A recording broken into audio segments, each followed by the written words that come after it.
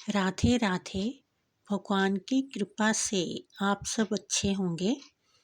आज के वीडियो में मैं आपको बताऊंगी कि जो चांदने सोमवार को भाद्रपद के महीने में शिव भोले का धागा बांधते हैं वो किस दिन बांधना है।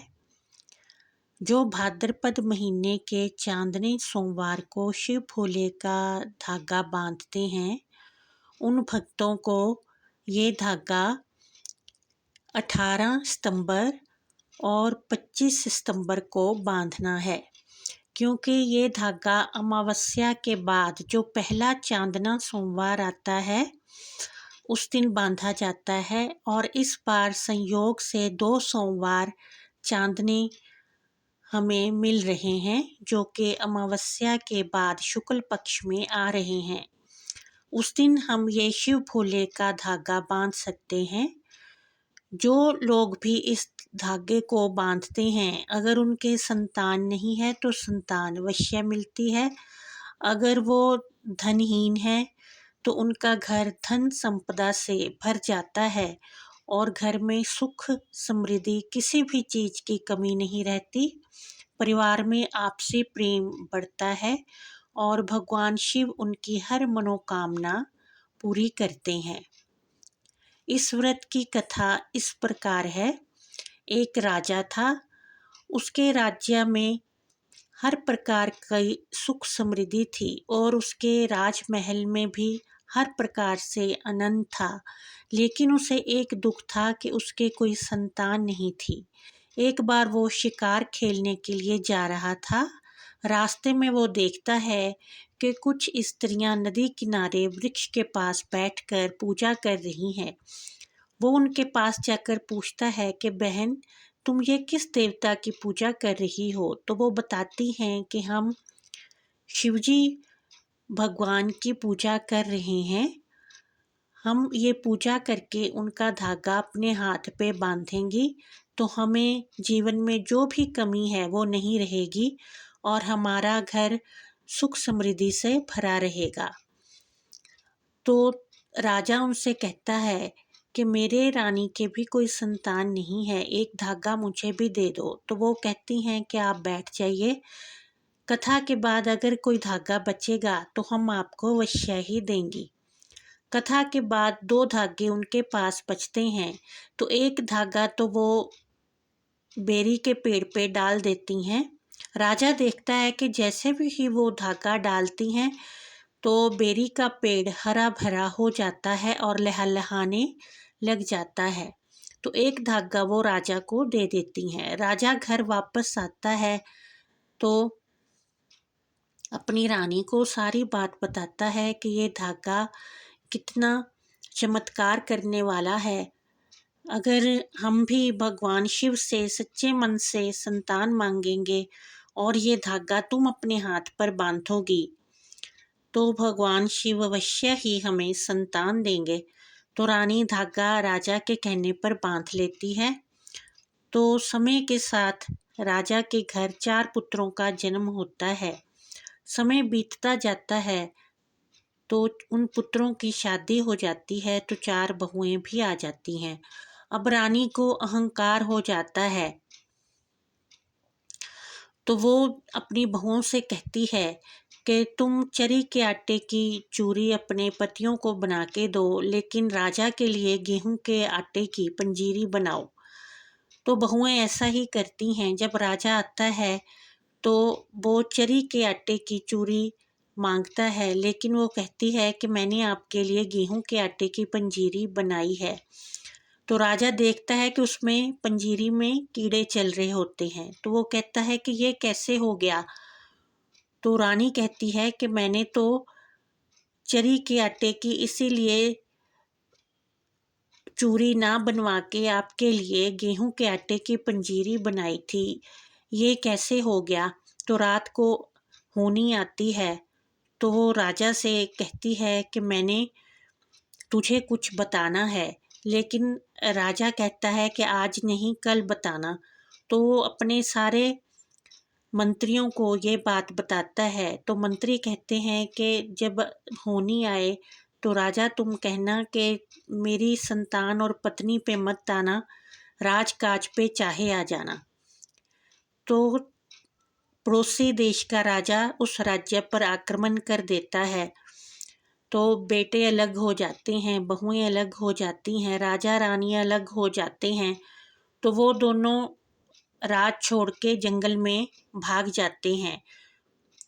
तो जब वो चलते चलते एक पेड़ के नीचे जाते हैं, राजा बेर तोड़ने लगता है, लेकिन बेरी बहुत ऊंची उठ जाती है।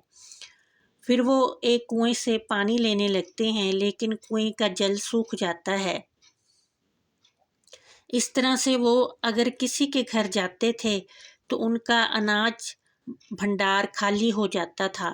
तो सब लोग कहते हैं कि तुम पे किसी देवता का कोप है। इस तरह से वो चलते चलते बहुत थक जाते हैं और एक पेड़ के नीचे बैठते हैं। तो रानी को वहाँ पे नींद लग जाती है। तो राजा रानी को छोड़कर चला जाता है। तो रानी की जब नींद खुलती है तो देखती है वहाँ राजा नहीं है। वो ज़ोर ज़ोर से रोने चिल्लाने लगती है।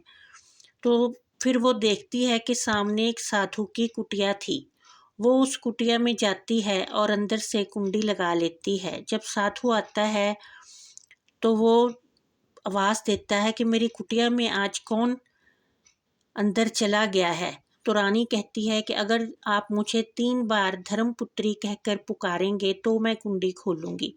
तो साधु 3 बार उसे धर्मपुत्री कहकर बुलाता है तो वो कुंडी खोलती है।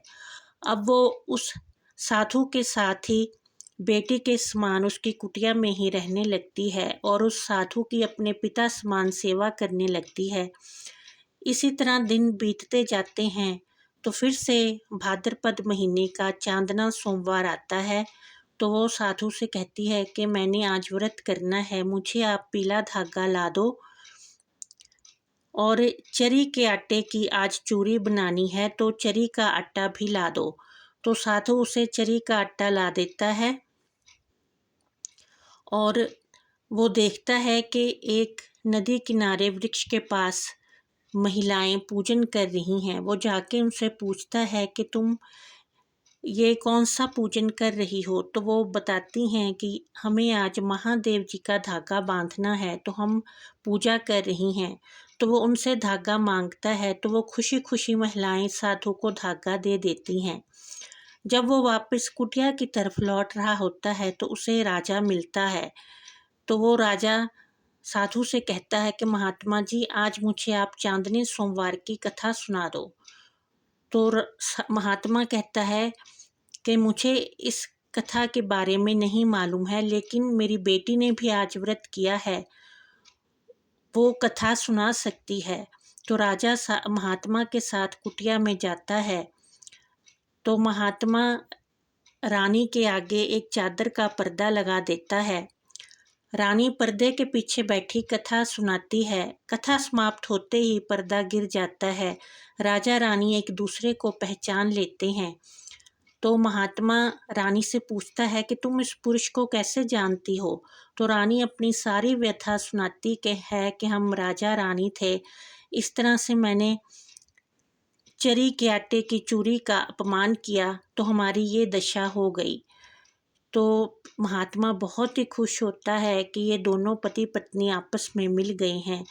तो वो अपनी समर्थ्या के अनुसार रानी को दान दहेज देकर बेटी की तरह विदा करता है और साथ में एक दही का कुज्जा देता है कि अगर रास्ते में ये दही का कुज्जा हिल गया, इसमें से दही छलक गया, तो तुम समझना कि मेरे पे कोई संकट आया है।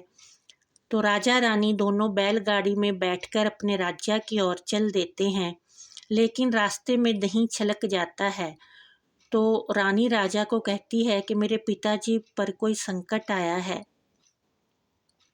राजा कहता है कि ऐसे माता पिता रास्ते में बहुत मिलते हैं, लेकिन रानी कहती है कि आप तो मुझे बेसहारा छोड़कर चले गए थे, उन्होंने ही मेरी देखभाल की है, मैं तो वापस जाऊंगी।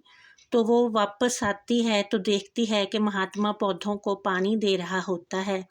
वो ये देखकर बहुत ही खुश होता है कि मेरी बेटी ने मुझे अपना धर्म पिता बनाया है और समझा भी है।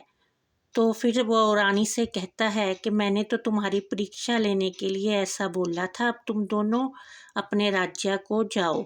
वो दोनों राज्य में पहुंचते हैं तो वहाँ उन्हें बेटे बहुएं सब मिल जाते हैं। तो इस तरह से उनका परिवार फिर से हंसी खुशी रहने लगता है। ये सब उस महादेव जी के धागे का ही प्रताप था, जो कि राजा रानी ने फिर से व्रत किया था और धागा बांधा था। शिवजी ने उन्हें फिर से अपने परिवार से मिला दिया। इस तरह से जो भी चांदनी सोमवार को शिव भोले का धागा बांधते हैं, उनकी सभी मनोकामनाएं पूरी होती हैं। भगवान परिवार में आपसी प्रेम बढ़ाते हैं, संतानहीनों को संतान प्राप्त होती है, जो धनहीन होते हैं उन्हें धन संपदा मिलती है। इस तरह से महादेव जी धागा बांधने पर सब पे कृपा करते हैं और सब पे अपना आशीर्वाद बरसाते हैं। बोलो शिव जी पार्वती माता जी की जय।